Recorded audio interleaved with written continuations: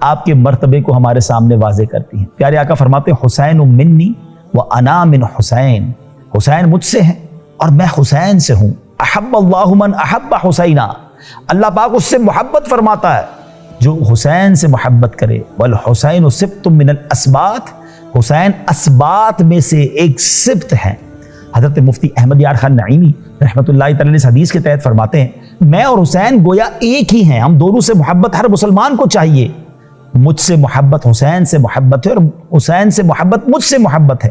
سبط درخت کی جڑ کو کہتے ہیں جس کی بہت ساری شاخیں ہوتی ہیں، تو نبی پاک گویا یہ اشارہ فرما رہے کہ حسین سے میری نسل چلے گی اور ان کی اولاد مشرق و مغرب میں پھیل جائے گی۔ ناظرین آج ہم دیکھ رہے ہیں نا کہ دنیا کے کونے کونے میں حسینی سید پائے جاتے ہیں۔ یہ نبی پاک نے جو بشارت عطا فرمائی تھی کہ امام حسین سبط ہیں جن کی بہت ساری شاخیں مشرق و مغرب میں ہوں گی۔ ایک اور حدیث میں نبی پاک فرماتے ہیں عن ابن عباس من احبہما فقد احبنی، جس نے ان دونوں یعنی امام حسن اور امام حسین رضی اللہ تعالیٰ عنہما سے محبت کی، اس نے مجھ سے محبت کی۔ من ابغضہما فقد ابغضنی، اور جس نے ان سے عداوت کی اس نے مجھ سے عداوت کی۔ اللہ اکبر، اس قدر بڑا مرتبہ ہے اور نبی پاک کا ایسا پیار۔ پیارے آقا علیہ الصلوۃ والسلام کی آپ نے حدیثیں سنی، اب آپ کی عبادت اور ریاضت کا کیا عالم تھا۔ نارملی جب بندہ بڑے خاندان سے ہو، پہلے ہی جنتی نوجوانوں کا سردار کہہ دیا گیا ہو، تو اب سوچنے والا تو کوئی سوچ سکتا ہے کہ اب اتنی زیادہ عبادت اور ریاضت کی کیا حاجت ہے، مگر اللہ والوں کے انداز نرالے ہوتے ہیں کہ مرتبہ بڑا ہے، گناہ نہیں ہے مگر عبادتیں پھر بھی جاری ہیں، اور ایک ہم ہیں کہ گناہوں کا انبار سر پر ہے، معلوم نہیں کہ آخرت میں کیا ہوگا مگر پھر بھی عبادتوں سے دل چراتے ہیں۔ اے امام حسین کے چاہنے والوں، اے سلسلہ قادریہ سے محبت کرنے والوں، سنیے امام حسین کے بارے میں آتا ہے کہ آپ اس کثرت سے نماز پڑھتے، روزہ رکھتے، حج کرتے، صدقہ و خیرات کرتے اور تمام بھلائی کے کاموں کو کرتے تھے۔ شہزادہ امام عالی مقام حضرت سیدنا امام زین العابدین نے فرمایا میرے والد گرامی حضرت سیدنا امام حسین رضی اللہ تعالیٰ عنہ دن اور رات میں 1000 رکعت نوافل ادا فرمایا کرتے تھے۔ 1000 نفل روزانہ۔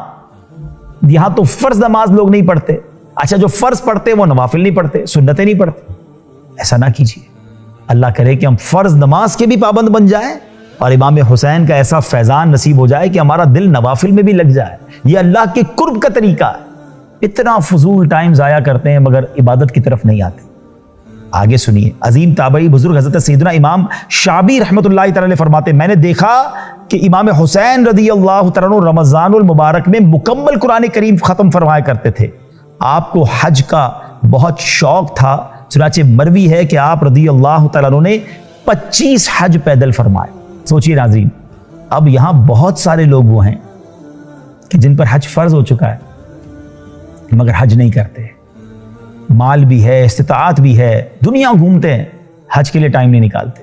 اچھا بعض اوقات پوچھو تو کہتے ہیں ذرا بچی کی شادی کر لوں، پہلے ذرا فلاں کام سیٹ کر لوں، پہلے یہ مسئلہ حل ہو جائے پھر چلا جاؤں گا۔ ارے اللہ کے بندے، سارے مسئلے وہیں سے تو حل ہوتے ہیں۔ ہاں حج پر جائیے اگر حج فرض ہو گیا، تاخیر نہ کیجیے، یہ اسلام کا بنیادی رکن ہے۔ اور آپ کے حسن اخلاق کی بات کریں، ایک مرتبہ عصام بن مستلق نامی شخص جو کہ مولا علی سے بغض رکھتا تھا امام حسین کے سامنے آ گیا اور ان کے والد صاحب کو برا بھلا کہنے لگا۔ اب ذرا آپ سوچیں کہ کسی کے بیٹے کے سامنے کوئی کسی کے والد کو برا بھلا کہے گا، وہ بھی مولا علی کی شان میں۔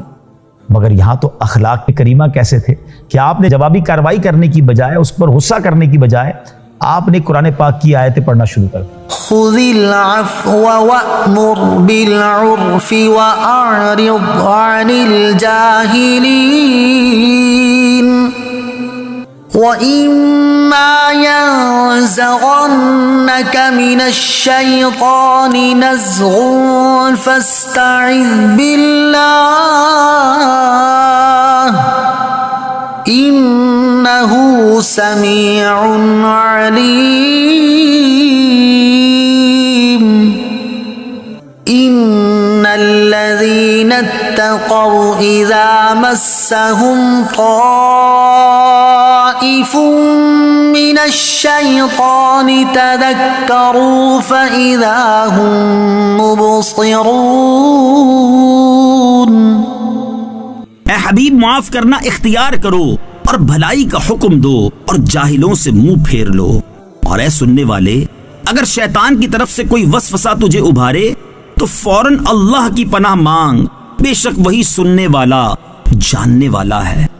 بے شک پرہیزگاروں کو جب شیطان کی طرف سے کوئی خیال آتا ہے تو وہ حکم خدا یاد کرتے ہیں، پھر اسی وقت ان کی آنکھیں کھل جاتی ہیں۔ اب جب یہ آیت نے تلاوت کی نا، پھر فرمایا اپنے اوپر بوجھ ہلکا رکھ، میں اللہ سے تیرے لیے اور اپنے لیے مغفرت کا سوال کرتا ہوں۔ اس کے علاوہ آپ رضی اللہ تعالیٰ عنہ اس کے ساتھ اس قدر عفو، درگزر، نرمی اور خوش اخلاقی کا مظاہرہ کیا کہ اس کی جو دشمنی تھی نا وہ محبت میں بدل گئی۔ اور وہ پتہ کیا کہتا ہے، وہ کہنے پہ مجبور ہو گیا، وما علی وجہ الارض احب الی منہ ومن ابیہ، روئے زمین پر حضرت امام حسین اور ان کے والد صاحب مولا علی کرم اللہ تعالیٰ وجہ الکریم سے زیادہ میرے نزدیک اب کوئی محبوب نہیں۔ اخلاق نے، نرمی نے دشمن کو دوست بنا دیا۔ یہ سیکھنا ہے ہمیں ان کی سیرت سے۔ ہم تو جناب ٹٹ فور ٹیٹ، جیسے کو تیسا، اینٹ کا جواب پتھر سے، میں بتاتا ہوں میں کون ہوں، نہیں۔ اگر واقعی اہل بیت کے غلام ہیں نا، پنجتن کے غلام بھی تو ہم کہلاتے ہیں نا، میں تو پنجتن کا غلام ہوں، بڑی اچھی بات ہے، مگر کیا پنجتن کا غلام ہر وقت لڑائی کے لیے تیار رہتا ہے؟ ہر وقت غصے میں رہتا ہے، بدلہ لینے کی سوچتا ہے؟ آپ کے والد صاحب کو برا کہا، آپ کی تلاوت قرآن کی، نرمی سے پیش آئے، دوست بنا لیا۔ یہ طریقہ ہے اللہ والوں کا۔ اللہ کرے کہ ہم یہ بات سمجھ جائیں اور ہم بھی نرمی سے، درگزر سے، محبت سے کام لیں۔ سبحان اللہ۔ امام حسین رضی اللہ عنہ کا صدقہ و خیرات پتہ ہے کیسا تھا؟ آئے ہائے، یہ گھرانہ میرے حضور کا ہے نا، ان کا تو سارا گھرانہ ہی سخی ہے۔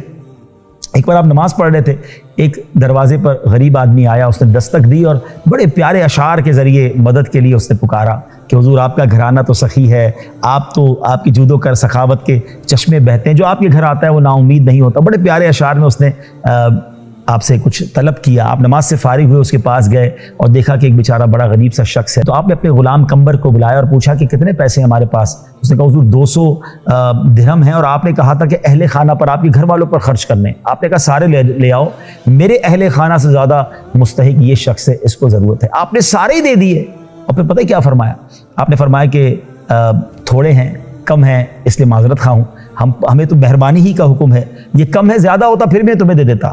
اللہ اکبر۔ وہ فقیر آپ کو دعائیں دیتا ہوا رخصت ہوا، خوشی خوشی رخصت ہوا، جو کچھ تھا سب عطا فرما دیا۔ آئے ہائے ہائے، یہ گھرانہ میرے حضور کا ہے۔ ایک بار کیا ہوا، آپ کی زوجہ رضی اللہ تعالیٰ عنہ نے یہ پیغام بھجوایا کہ حضور ہم نے بہت لذیذ کھانا بنایا ہے اور بہت اچھی خوشبو تیار کر رکھی ہے، آپ اپنے ہم پلہ کچھ لوگ لے کر ساتھ آ جائیں، کچھ لوگ لے کر آ جائیں۔ حضرت امام حسین، امام علی مقام رضی اللہ تعالیٰ عنہ مسجد میں آئے اور وہاں کچھ مساکین بیٹھے ہوئے تھے، غریب لوگ بیٹھے تھے۔ آپ نے سب کو لیا اور اپنے گھر آ گئے۔